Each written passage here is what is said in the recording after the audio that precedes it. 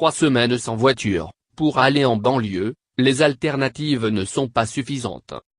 Répondant à un défi de la ville de Paris, Marie-Chantal s'est passée de sa voiture, qu'elle utilise quotidiennement pour aller au travail, à l'instar de 50 autres volontaires. Pas de course dans les couloirs, positionnement précis devant la rame, regard à l'affût des passagers quittant leur siège, lecture chronométrée sur les places assistant convoitées.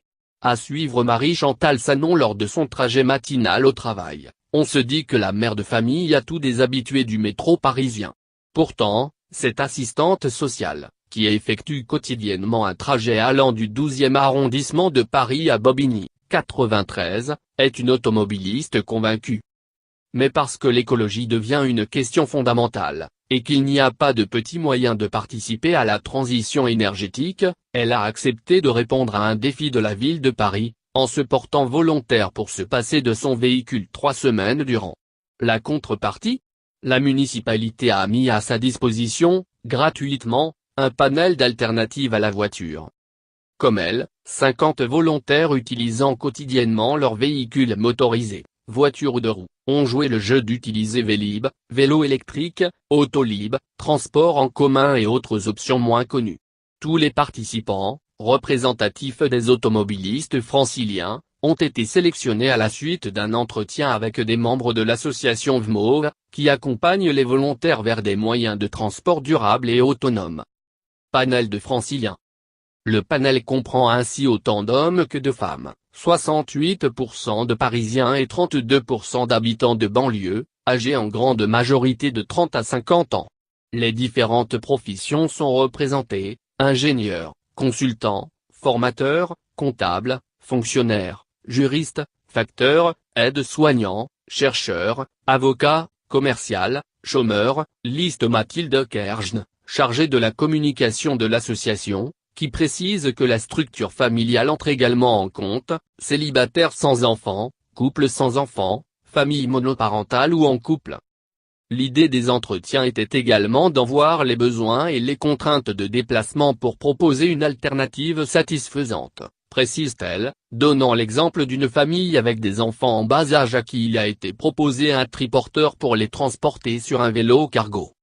L'objectif, ambitieux, serait que ce défi ait un impact réel sur les participants, commente la ville de Paris, qui espère une sorte de révélation. Je ne suis pas obligé de prendre ma voiture, et pour autant, je ne perds pas de temps et je ne pollue pas. Dimanche 1er octobre, alors que la municipalité lance sa journée sans voiture dans toute la capitale, l'heure est au bilan. Pendant 3 semaines, la principale alternative adoptée par Marie-Chantal a été les transports en commun, qui doublent son temps de trajet, passant de 25 minutes à 1 heure porte à porte. Ce qui me pousse à avancer mon réveil d'autant, soit un lever à 6h45 au lieu de 7h30, fait savoir la mère de famille de 47 ans, qui évoque le sentiment de grande fatigue qui l'a assailli les premiers jours du défi, où je m'endormais dans le canapé en arrivant exténué chez moi. Avant qu'elle s'habitue. Le temps de lire, mais des désagréments. À quoi ? Au plaisir de lire, certes. Marie-Chantal évoque correspondance de Paul Cézanne, terminée en quelques jours ou encore la lecture de l'hebdomadaire Courrier International, auquel elle est abonnée et qu'elle ne prenait pas le temps d'ouvrir. Au plaisir de prendre l'air aussi, en marchant 5 minutes ou en prenant un Vélib jusqu'au métro. Mais quand elle parle de ce mode de transport en commun, c'est surtout pour évoquer pêle-mêle une myriade de désagréments, le confinement, l'attente, le manque d'aération, les retards, les incivilités de ceux qui se croient dans leur salon et celles des gens pressés, les odeurs, il est 9h et ça sent le shit.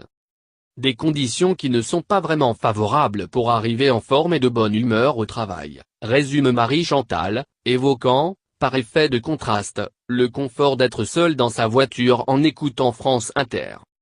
Dans ma voiture, rien ne me manque, j'ai tout ce qu'il me faut. Les autres alternatives ? S'agissant du Vélib, Marie-Chantal rétorque que les bornes ne vont pas jusqu'à son travail.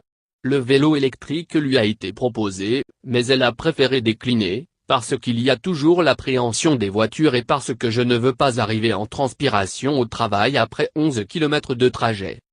Aux utilisateurs hésitant à utiliser le vélo, l'association VMO tente de désamorcer sa présumée dangerosité, notamment en rappelant que les cyclistes parisiens sont moins exposés avec 640 victimes d'accidents en 2015 contre 306 pour les deux roues motorisées alors qu'ils représentent un tiers des déplacements de ces deux types de transport, selon l'Observatoire de la direction de la voirie et des déplacements de la mairie de Paris. L'association dispense également des formations pour se mettre en selle et s'approprier la route en deux roues non motorisées. Quant à l'autolib, suggéré à Marie-Chantal pour faire ses courses, le service n'est valable qu'1 heure, c'est bien trop court pour faire tous les achats dans une grande surface en banlieue pour une famille nombreuse. Le service de livraison de courses à domicile cyclopolitain, lui, ne desservait pas son arrondissement. Difficulté dès que l'on franchit le périphérique. Si ces 3 semaines lui ont prouvé qu'elle pouvait se passer de la voiture, Marie-Chantal conclut toutefois que son véhicule est une nécessité.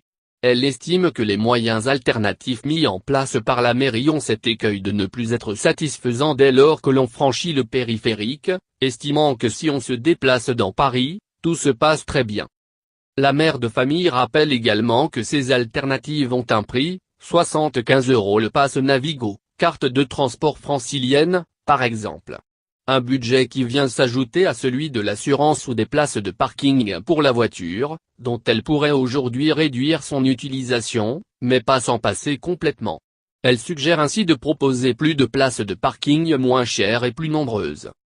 Depuis plusieurs années, la ville de Paris a amorcé une politique globale sur la baisse de la voiture, résume la municipalité, évoquant le plan vélo 2015-2020. Qui prévoit de basculer une partie des déplacements vers le vélo, de 5% à 15% en 5 ans. Lundi, pour se rendre au travail, Marie-Chantal ne sait pas encore si elle va poursuivre l'expérience, mais elle prévoit de prendre le métro davantage.